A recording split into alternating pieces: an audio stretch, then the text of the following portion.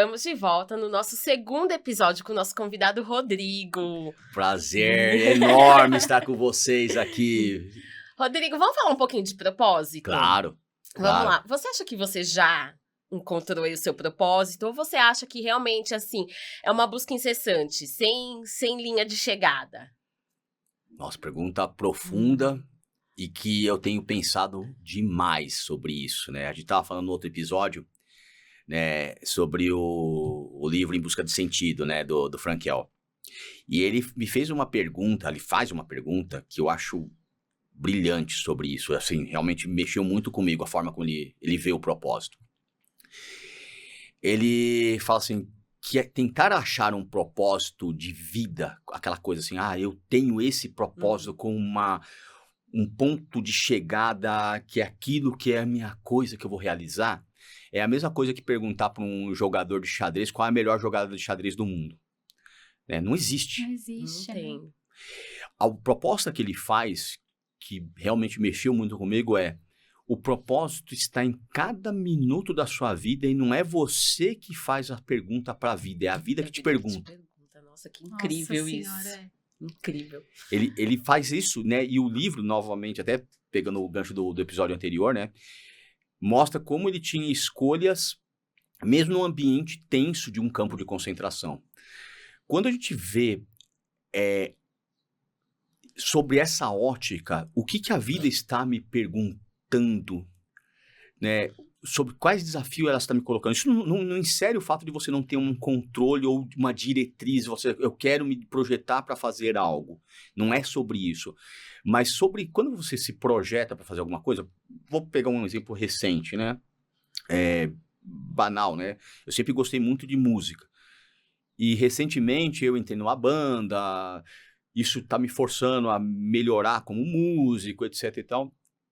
Mas eu achava que era uma linha, assim, tipo, você vai fazer. Não é. Tem dia que você tá bem, tem dia que você tá mal, tem dia que você faz isso, tem dia que você erra. Todo mundo erra, todo mundo se ajuda junto. É um conjunto de coisas. Usando esse paralelo para a vida de todo mundo, assim, a minha atitude, a minha ação reverbera em você, que reverbera no outro, que vem uma resposta do universo em relação a isso. Nunca os dias são iguais. Dias começam bons e terminam ruins. Dias começam ruins e terminam bons. E toda hora a vida está te perguntando algo para que a gente aprenda, né? Aquela frase, acho que é do Guimarães Rosa, né? O que a vida quer da gente é coragem, né? E eu acho que essa coragem de a gente olhar para isso e falar quais aspectos, eu acho que mais do que o propósito, quais aspectos meus eu quero alavancar, melhorar, continuar, quais aspectos meus realmente eu preciso olhar, qual sombra eu preciso olhar para mim. Quando eu vejo o propósito como uma linha de chegada, assim, sobre o que eu gosto de fazer e qual valor eu entrego para o mundo, eu acho que tem algumas coisas, assim, eu gosto muito de pessoas, gosto muito de entregar soluções através do comercial, das vendas, etc. Mas eu gosto muito de tentar deixar uma marca positiva. Eu acho que se eu falar com um propósito mais amplo, é isso. O resto deriva daí, né? O que eu vou ser lá no futuro, às vezes eu me pego muito me penitenciando, poxa, eu deveria ter uma vida mais estável financeiramente do que eu projetei, já tive, né? Posso construir isso para o futuro, mas quando eu penso, eu falo assim, mas cara, o que isso vai significar daqui a 10 anos ou 20? Vai ser outra realidade, vai ser outro valor, vão ser outras coisas, né? Tudo isso, acho que encontra nessa pergunta do propósito. Eu acho que se eu tivesse a frase do epitáfio mesmo, assim, a frase da lápide seria assim, eu fui, mas fui contrariado. Assim, sabe? Do tipo, eu tive muitas boas experiências, consegui sugar da vida tudo aquilo que eu poderia ter sugado. né, conseguir deixar uma marca de positividade. Até perguntando sobre isso, Paty, uma coisa que é legal, né, as pessoas falam assim, poxa, você fez um livro, você não divulga, não é meu interesse. Meu interesse não é sair nisso, meu interesse é falar assim, cara, o Rodrigo foi encapsulado naquilo. Tá registrado, Tá registrado. né? Né? Tipo, se alguém quiser conhecer a alma de quem foi essa pessoa, quando ele se for, é essa pessoa, né? Então é isso. Acho que é.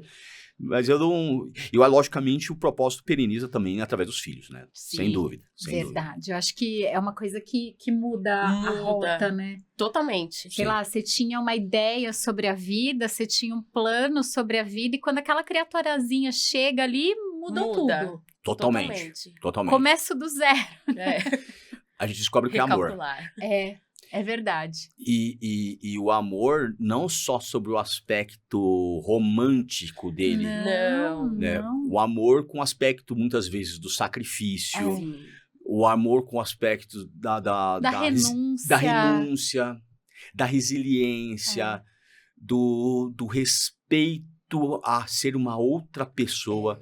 Pô, minha filha tá com 17, meu filho vai fazer 14 na semana que vem. É outra coisa. Outra coisa, né? É outra coisa, sabe? E daí, muito disso também vai sobre o aspecto de qual exemplo eu quero deixar. Então, quando o exemplo começa a bater a porta, né? Assim, qual exemplo eu quero deixar? Você fala assim, eu quero ser percebido pelo meu filho como uma pessoa íntegra, né? O que ele fala é o que ele faz. Exato. Você sabe que é engraçado isso, né? Eu tenho um pensamento quando eu tenho que tomar uma decisão polêmica sobre alguma coisa, né? Eu sempre penso assim, se eu fizer essa coisa, eu contaria ela para minha mãe? Eu contaria ela para o meu filho?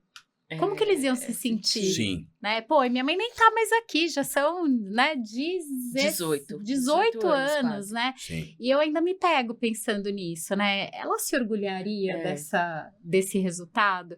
E eu acho que a coisa que você falou do exemplo, né, para os filhos, maternidade, paternidade, são temas recorrentes aqui. Sim. Né? A gente sempre fala sobre isso.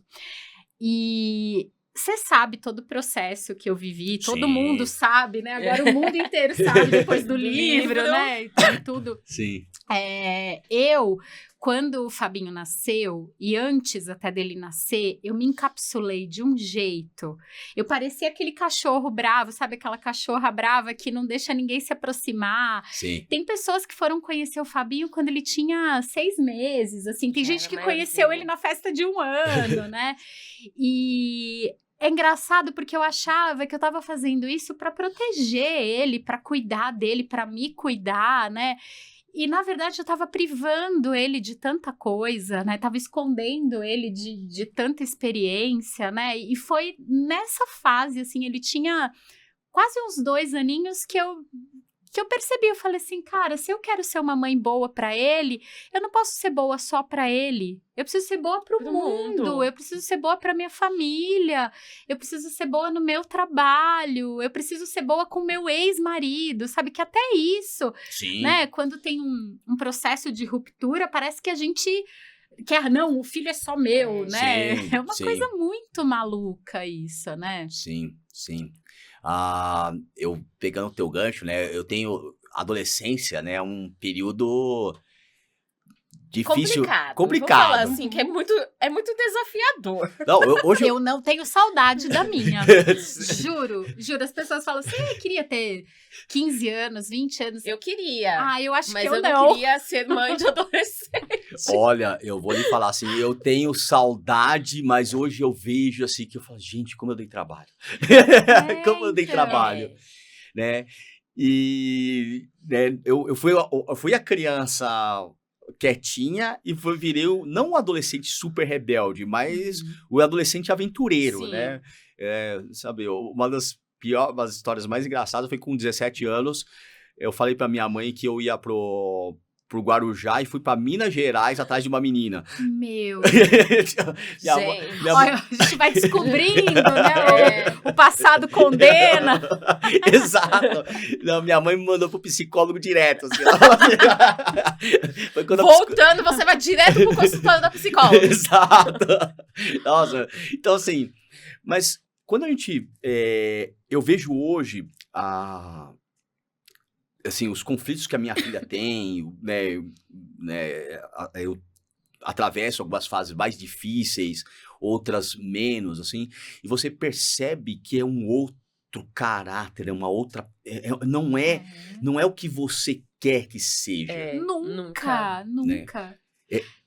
E controlar o que a gente quer é muito difícil, né? É um baita de um desafio. Porque toda hora você vai projetar isso nos seus filhos, você vai projetar isso no seu companheiro, na sua esposa, na sua namorada, né? É muito... A gente precisa se segurar bastante. Eu, recentemente, tenho vivido uma situação com ela, assim, de tipo, que a gente meio que se afastou, porque eu fui dar meio uma bronca nela, assim, querendo ser paizão, né? Uhum. E ela revidou, assim, né? De forma bastante intensa. E isso fez eu falar assim, cara, ela tá certa sobre os certos aspectos. Eu não tinha olhado por esse ângulo dela. Eu não tinha entendido o que passava por dentro dela, né? E eu falei, poxa, que mancada, né? Por outro lado, não aconteceria se não tivesse essa treta, né? Essa treta. Então, por isso que muito sobre aquela questão do propósito é que a vida te traz, né? Às vezes é lógico, a gente vai pegando o discernimento de quando reagir mais ou reagir menos, etc. Somos humanos, todos erramos, todo santo dia, né? Mas quando eu acho muito isso, quando você faz as coisas de coração, né? Com boa intenção, mesmo quando você erra, é mais fácil de ser percebido pelo outro que não houve uma má intenção. Sim. Acho que você tem mais chances de se corrigir, né? Sim. Eu acho. Eu tenho, assim, eu abomino, né, algumas coisas da cultura corporativa, por exemplo, né, mas no mundo de hoje, né, tanto de vazio de pessoas que querem simplesmente ostentar sem nada para mostrar, mas a cultura da passação do tapete, por exemplo, né? Por quê? Porque eu acho vazio. Eu acho que a pessoa, ela tá fazendo algo para um benefício momentâneo, mas que tem consequências absurdas, né? E mais do que uma consequência, eu acho que é mesquinho. É mesquinho, é uma coisa assim do tipo... É muito melhor ser contributivo. Eu muitas vezes na vida perdi financeiramente, né? Mas por estar em linha com o meu caráter. Falei assim, cara, isso não vai, não quero ir nessa linha. Não acho que isso é correto, né? A vida oferece toda vez essas opções de escolha. Sempre. E daí o pessoal fala, mas é aquele negócio de deitar no travesseiro com tranquilidade. Muitas vezes, a gente, quando faz essa escolha, a gente vai dormir intranquilo, porque você está deixando, eventualmente, alguma coisa, mas o fato... Eu gosto muito da frase da Madre Teresa, né? Que ela fala assim, nunca foi entre você e os homens, sempre foi entre você e Deus. Sempre. É sempre, é o tempo todo. E Deus está dentro da tua consciência mesmo, do que você quer. Tem gente que acredita em Deus, um ateu pode falar sobre o que ele quer ser preservado para o mundo, mas eu acho que todo mundo tem essa fagulha da consciência do certo e errado, né, em algum momento. É lógico, talvez uma pessoa que tem uma psicopatia de nascença, que nasceu sem esse drive, ela não vai ter, né? Mas a gente está falando de uma minoria. Uma minoria, né? E então, assim, quando a gente olha sobre esse aspecto do propósito da vida, né? Sobre também o valor que você tem, o exemplo, o que você quer carregar, né, de culpa, né, porque isso uma hora vai estourar. A gente falou no episódio anterior sobre o livro da Ana Cláudia Quintana Arantes, né, e ela fala que a maior parte dos arrependimentos no momento, né, a pessoa da partida, né, o que vale, assim, é aquilo que você realmente se entregou e o que você deixou de fazer de bem, ou que você fez de mal, vai te encontrar naquele momento. Vai de verdade, assim. Eu acredito muito nisso. Muito, muito, assim. Eu acho que não é nenhuma crença, na verdade. Assim, eu falo que crença é uma coisa que se acredita num dia e você desacredita no outro. Eu acho que é mais do que acreditar, é saber. É saber que isso é fato. É confiar nessa verdade, né? É. E, Rô, eu ainda queria insistir nessa coisa, né, do propósito. Pô, você tem uma riqueza de vivências, né? É o trabalho, é a paternidade, é o jiu-jitsu, é a música, é a poesia. Você atribui essa diversidade de experiências às perguntas, né, que a vida te faz? Que a gente falou disso, né? O propósito não sou eu que pergunto para a vida, é a vida que pergunta para mim, né? Como é que você estabelece essa conexão? Eu acho que se a gente não se aventura, a vida não pergunta.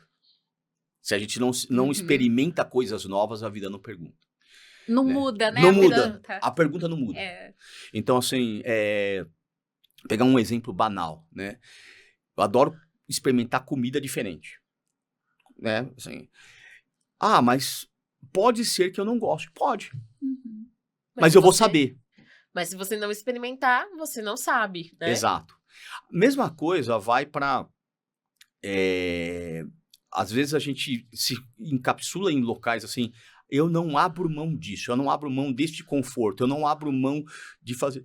Tudo isso vai te reduzindo a uma versão menor do que você pode ser. Sim. Né? Se a gente pega, por exemplo, eu vejo uma perda de vida, aquela pessoa que, por mais que tem muitos amigos, até familiares que fazem isso, etc., né, que fala assim, eu vivo a mesma vida, estou no mesmo trabalho, estou na mesma coisa, vivo a mesma experiência, nunca tive experiências novas, assim. Tem gente que é muito ok com isso. Ok, super respeito, mas não serve pra mim. Não serve. Recentemente eu estava até falando com minha mãe, né, sobre os meus medos, desafios novos. Minha mãe, ela falou assim, Rodrigo, você sempre foi assim, você nunca gostou de rotina, você nunca gostou de coisas paradas, você sempre foi a pessoa diferente. E eu acho que tem um ponto aí que eu talvez não tinha abordado, né? Abordar o que você tem de diferente dos outros. A sociedade tenta sempre te encapsular para que todo mundo seja muito igual. Caixinhas, né? Eu acho que o que eu gosto, tanto nas pessoas, de conhecer as pessoas, o que ela tem de diferente, o que é singular nela. A natureza não tem uma folha de uma árvore que seja igual à outra.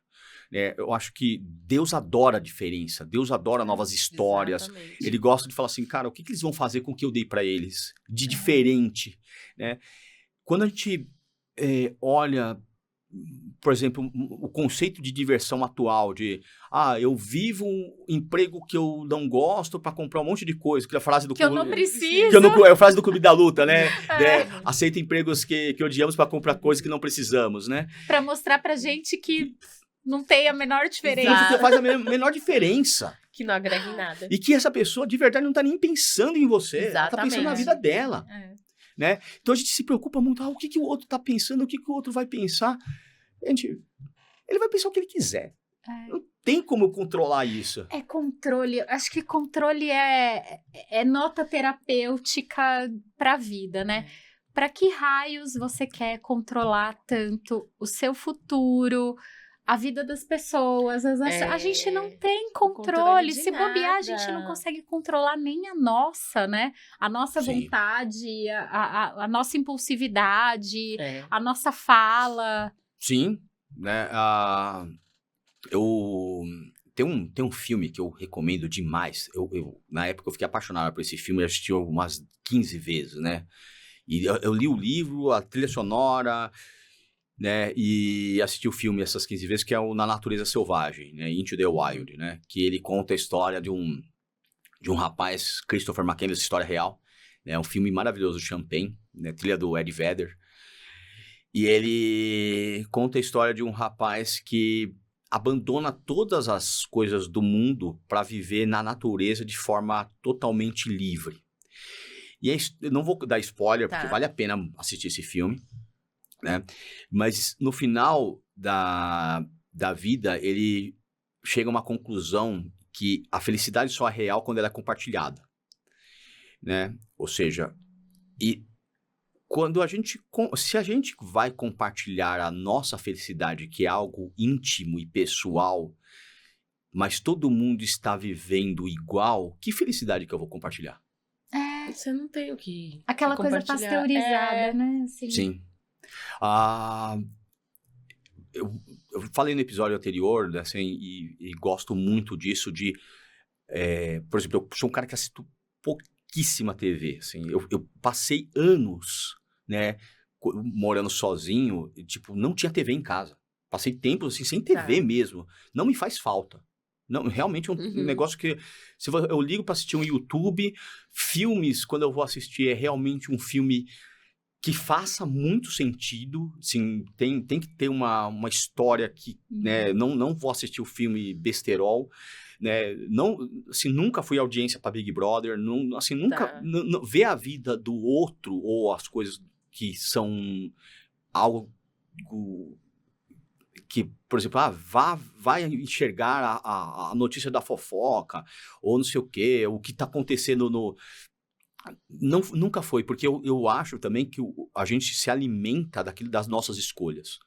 Das nossas escolhas, música, livro, cultura, tudo isso tem muito a ver com como que a gente coloca para dentro do nosso espírito, né? Então, essa escolha, assim, ativa de ser singular, né? De você exercer o que é diferente, acaba muitas vezes confrontando muitas coisas da sociedade, dos outros, mas também as pessoas passam a te admirar por isso, porque existe uma fagulha na singularidade que a pessoa fala assim, existe a liberdade, o cara é livre, ele é livre da opinião. Muitas vezes, anos de paraquedismo, mas você é maluco, você salta de paraquedas.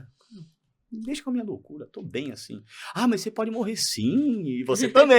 Você tá aí andando, você não sabe o que pode acontecer. É verdade. Sabe? Então tem muito a ver com isso, Pri e Paty. É isso. Eu acho que a gente entra na questão de autenticidade. Sim. E é o que tá faltando pro ser humano, é isso. As pessoas estão se baseando muito na vida do outro, desses influenciadores que não influenciam em nada. Então, quando a gente acha uma pessoa que é totalmente autêntica, isso é incrível, que você não tem medo de expor as suas ideias, o jeito que você é, como você conduz a sua vida. De viver a sua vida.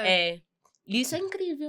Sabe, Paty, é legal isso. E uma das coisas que eu aprendi com um cara que eu trabalhei, foi meu sócio durante vários anos, e ele me ensinou uma coisa, assim, no dia a dia, que as pessoas não se conectam com pessoas que vivem a vida perfeita. A pessoa se conecta com coisas normais, o pequeno erro, etc. Então, toda vez que ele ia numa reunião, alguma coisa assim, ele falava, rapaz, eu fiz uma besteira, todo mundo parava para olhar. Para olhar. Porque assim, é natural, o errar é natural, né? A gente tem uma sociedade que penitencia muito o erro como se não fizesse parte do aprendizado, né? E quando você encara o erro de forma tranquila, leve, faz parte, vai acontecer todo santo dia, né? Sem ficar toda hora colocando chicotinho, não é fácil. Pô, tem hora que você fala, ai meu Deus, por que eu fiz aquilo? Mas, geralmente, quando você consegue passar por isso de uma forma bem-humorada e consegue traduzir para as pessoas, conecta. Eu tenho uma frase essa é minha, né? Que eu falo que assim, existe a criptonita pro super-homem, né? Porque ele tinha que ter uma fraqueza. Se ele não tivesse nenhuma fraqueza... Não ia fazer sucesso, não ia cativar. Não ia cativar, não ia conectar. Tem que existir a criptonita, tem que existir o Lex Luthor, né, na sua vida. Não tem como fugir disso, Sim. Né? O Suassuna, né, ele tem uma frase que eu gosto muito, que ele fala assim que tudo que é bom de viver é ruim de contar, tudo que é ruim de viver... tudo que é ruim de viver é bom de contar.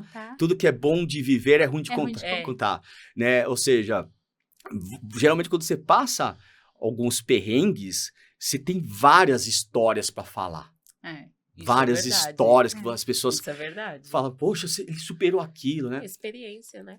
E você falou dessa frase do Suassuna, tem uma outra que é da Virginia Satir, que eu adoro, que ela fala assim, gente, a vida não é como ela deveria ser, a vida é o que ela é.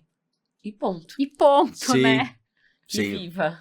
Vá viver, né? Acho que assim a gente fecha com chave de ouro esse segundo episódio. A gente ainda tá muito curiosa para saber as outras coisas. Então, se você aí de casa também tá curioso para conhecer outros aspectos aqui da vida do Rô, fique ligado, segunda-feira, às 12h30, tem mais. Rodrigo com a gente aqui no Entre Hermanas.